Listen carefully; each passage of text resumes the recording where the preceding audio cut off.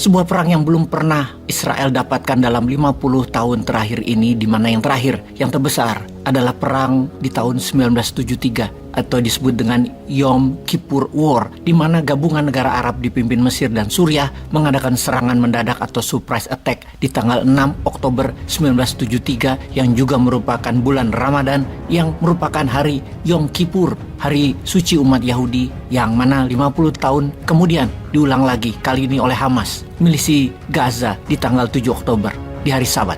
Kita ke medan perang sekarang. Ada 6 titik pemantauan, ada pagar kawat dan pagar beton, ditambah tentara Israel berjaga di semua perbatasan antara jalur Gaza dan wilayah Israel. Ditambah lagi radar dan ratusan kamera di lokasi yang semuanya melindungi dan mengelilingi perbatasan Israel dengan Gaza. Semuanya dijebol oleh pasukan Hamas kemarin. Sebuah serangan yang berhasil dilakukan oleh Hamas. Lalu selama 4 hari, kota Gaza dihajar bom dan lebih dari 1.000 target dirusak yang diduga markas Hamas sebagai serangan balik yang dilakukan oleh pihak Israel. Sejauh ini tercatat korban 800-an warga sipil Israel dan 500-an warga sipil Gaza serta ratusan tentara Hamas telah mendekati angka 2.000 orang meninggal dari kedua belah pihak dan lebih dari 5.000 yang cedera. Ditambah ratusan orang menjadi sandera oleh Hamas dan ratusan tentara Hamas ditangkap oleh Israel. Kondisi di jalur Gaza kini semakin parah karena sejak hari pertama Kementerian Pertahanan Israel yang dikomandoi oleh Yoav Gallant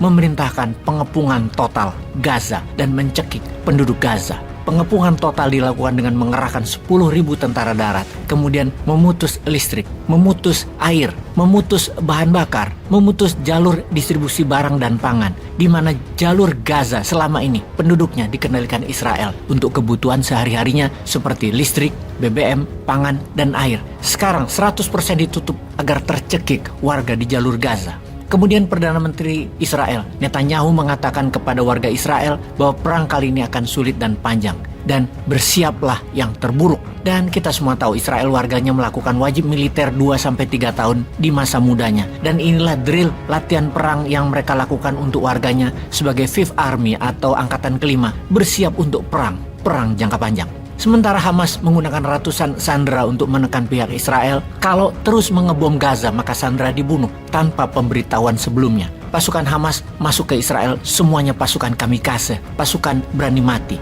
Mereka melakukan perang kota, mentarget penduduk sipil. Mereka makan dari makanan penduduk yang disergap mereka. Terus melompat-lompat pindah-pindah di tengah penduduk yang setiap rumahnya punya bunker. Diduga ada 1.000 milisi Hamas masih berada di wilayah Israel dan terus akan bertambah jumlah tersebut. Untuk itu, kita hitung berapa kekuatan militer Israel dan Hamas agar kita semua melihat dari sisi lain, yaitu militer, di mana Indonesia harus segera mengambil sikap yang jelas. Kalau tidak, warga Palestina akan meninggal mungkin lebih dari 5.000 orang dan jalur Gaza akan menjadi wilayah Israel 100%. Israel itu memiliki 170.000 tentara aktif dan kurang lebih 465.000 tentara cadangan. Israel juga memiliki 601 pesawat terbang dan 241 jet tempur. Selain itu juga memiliki 126 helikopter, di mana 48 helikopternya adalah tempur. Israel juga memiliki kendaraan lapis baja terbanyak mungkin, 56.000 unit. Untuk mobil peluncur roket lebih dari 300 unit. Kekuatan Hamas sekarang. Hamas merupakan salah satu kelompok pejuang Palestina yang populer dan disebut-sebut salah satu kelompok militan paling tangguh di dunia. Kekuatannya lebih dari 20.000 tentara terlatih. Secara persenjataan, Hamas memiliki berbagai macam jenis rudal darat dan udara. Beberapa di antaranya adalah rudal anti-tank yang diyakini telah diselundupkan melalui terowongan dari Semenanjung Sinai, Mesir.